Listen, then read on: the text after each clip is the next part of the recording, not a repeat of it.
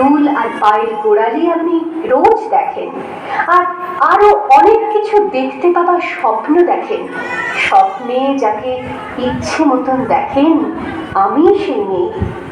বিহারের প্রত্যন্ত গ্রামে দিনের আলোয় যার ছায়া মারানো আপনার ধর্মে নিষিদ্ধ, আর রাতের গভীরে যাকে বস্তি থেকে তুলে আনতে পাইক বরকন্দাজ পাঠান আপনি, আর সুসজ্জিত বিছানায় যার জন্য অপেক্ষায় অধীর হয় আপনার রাজকীয় লাম্পট্য, আমি সেই মেয়ে। আমি সেই মেয়ে।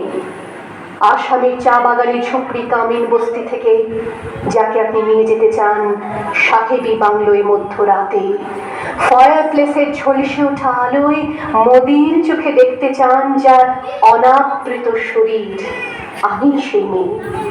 রাজস্থানের শুকনো উঠোন থেকে পিপাসার জল আনতে যাকে আপনি পাঠিয়ে দেন 10 মাইল দূরের সরকারি ইদারায়, আর 20 মাইল হেঁটে ক্লান্ত বিধ্বস্ত যে রমণী খরা কাঠে ঘরে ফিরলেই যাকে বসিয়ে দেন চুলার আগুনের সামনে আপনার রুটি বানাতে, আমি সেই মেয়ে।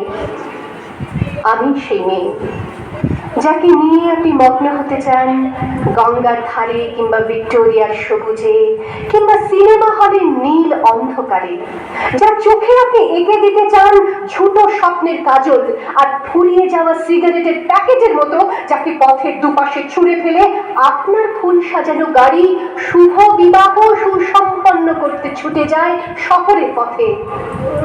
কোণে দেখা আলোর গোধূলিতে একা দাঁড়িয়ে থাকা, আমি সেই মেয়ে। আমি সেই মেয়ে, এমনকি দেবতাও যাকে ক্ষমা করেন না। অহংকার আর শক্তির দ্বন্দ্বে যার গর্ভে রেখে যান কুমারীর অপমান, আর চোখের জলে কুন্তি হয়ে নদীর জলে ভাসিয়ে দিতে হয় কর্ণকে আত্মযোগে, আমি সেই মেয়ে।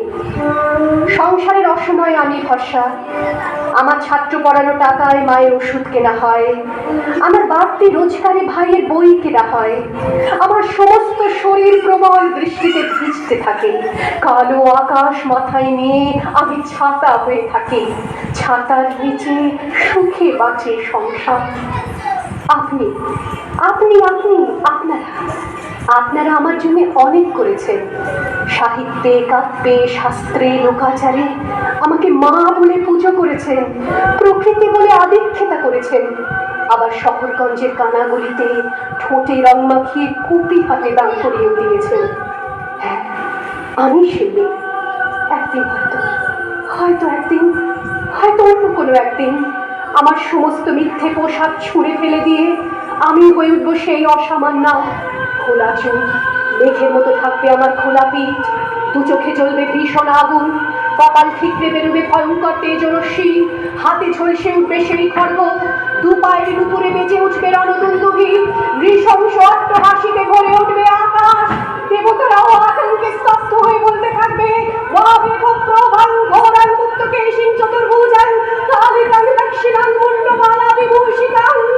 বিভৎস দাবানলের মতো আমি এগোতে থাকবো, আর আমার এগিয়ে যাওয়ার পথের দুপাশে মুন্ডহীন অসংখ্য দেহ ছটফট করতে থাকবে। সভ্যতার দেহ, প্রগতির দেহ, উন্নতির দেহ, সমাজের দেহ। হয়তো আমি সেই মেয়ে, হয়তো বা